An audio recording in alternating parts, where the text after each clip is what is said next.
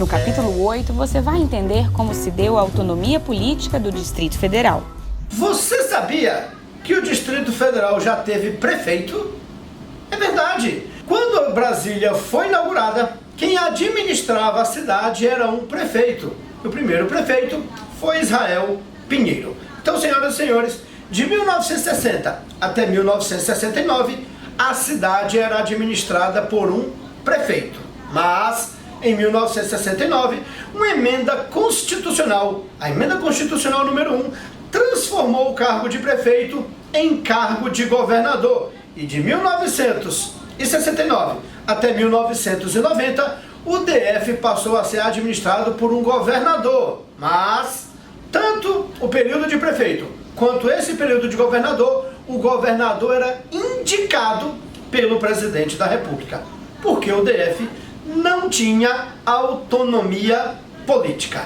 Tá claro? Mas, em 1985, uma outra emenda constitucional deu ao Distrito Federal o direito de representação parlamentar federal. Ou seja, agora nós teríamos representantes no Congresso Nacional. E em 86 ocorre a primeira eleição do Distrito Federal, quando elegemos pela primeira vez 8 deputados federais e 3 senadores. Esses deputados, esses senadores, foram constituintes originários. Eles participaram da Assembleia Nacional Constituinte, que levou a Constituição de 1988. Claro que com a participação dos agentes políticos do Distrito Federal, a Constituição de 88, então, dá autonomia política ao Distrito Federal. Finalmente, teríamos o direito de eleger o governador e os representantes parlamentares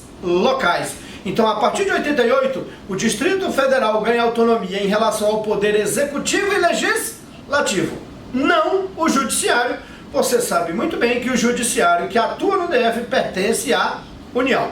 Tá bacana? Mas a própria Constituição diz que aplicar-se-á ao Distrito Federal as mesmas regras eleitorais aplicadas aos estados, de tal maneira que a eleição para governador agora só ia ser lá em 90. Então, nesse trânsito de 88 a 90, o governador ainda foi indicado. Na ocasião, José Sarney indica ele, aquele que você já sabe que mudaria para sempre, por toda a eternidade, transcendental e universal a história do Distrito Federal. Quem? Roriço! Como diz a minha vizinha, galera.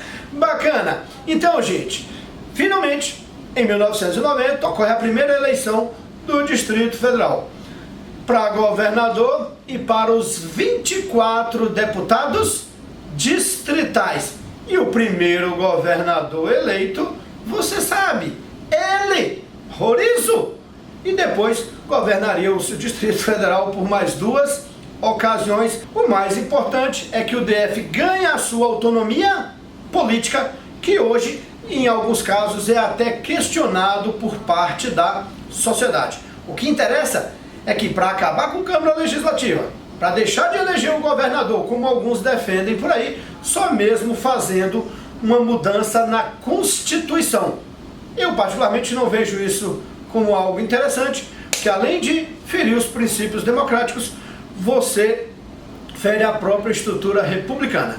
Tá bacana? Pois bem, tá aí a conquista da autonomia política do Distrito Federal. Pois bem, senhoras e senhores, como isso aqui não é a Netflix, com suas séries com várias temporadas e algumas que não tem nem fim, no próximo capítulo trataremos do último assunto, os aspectos naturais e físicos do Distrito Federal e da RIT. Questão que cai direto nas provas e que você tem que saber. Aguarde!